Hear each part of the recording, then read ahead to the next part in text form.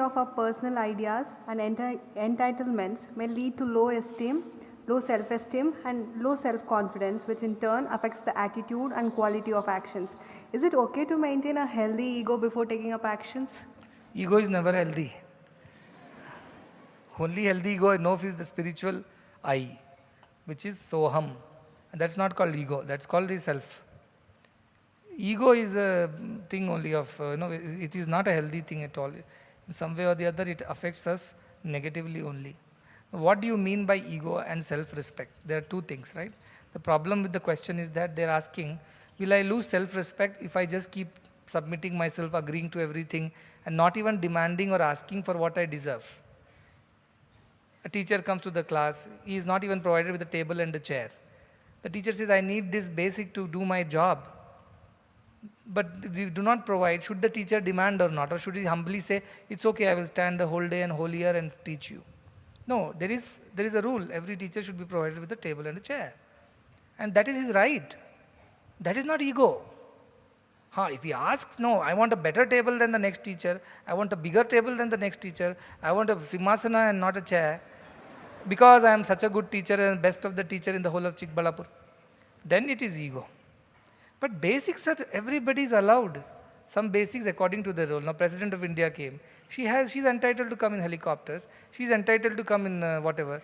In the name of austerity and kindness, and she says, no, I'll come by car only from Delhi.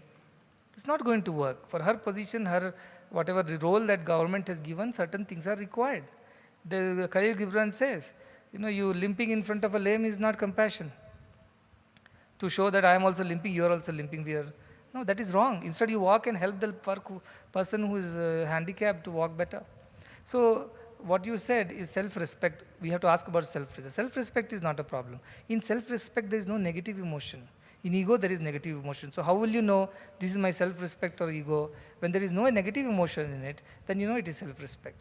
When there is a negative emotion, see, you feel hurt, you feel angry, you feel upset, you feel, kind of unfair, or whatever has happened to you is unfair. All these feelings are negative feelings. If you have self-respect, you will go nicely and ask for, even if somebody has missed it, you will nicely, humbly and carefully ask them that this is required for this work to be done.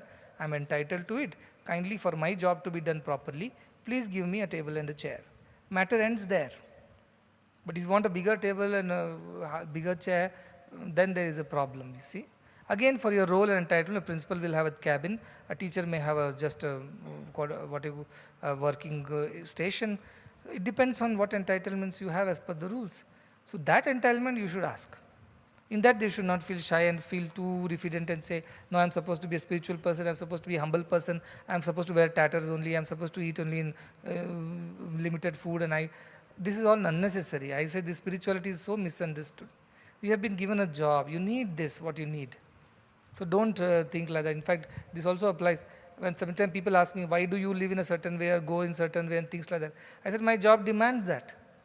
I am a guru, but I am also a social worker. I am also in charge of an institution. I have to have certain things to make sure that I can do my job what is given to me efficiently.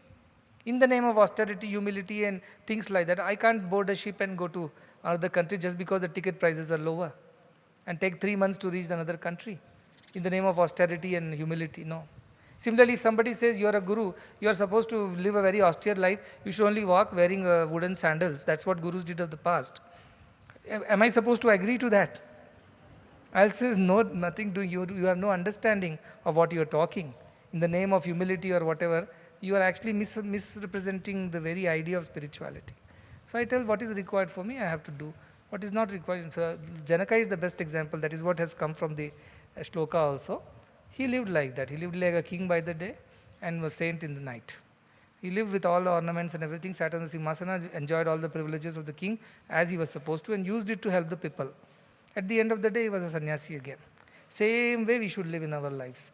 So then there is self-respect in what we are doing it. It's not ego, and there is nothing called healthy ego, so never develop that. Develop self-respect, respect for the position, the job that you have got. For that, whatever is required, you have every right to ask for it, but do not over-demand.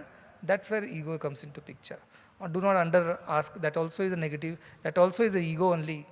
In some way, many people say I am so whatever, so sweet that I don't ask, I don't demand. But that's a negative ego. There also there is ego only. This Ati Vinayam also is ego only. I keep saying Ati Vinayam Durta Lakshanam. Too much of humility, too much of sweet niceties, too much of sweet talk also is the indication of an ego which can abruptly, explode any time. And I have met many people like this, so I know. On one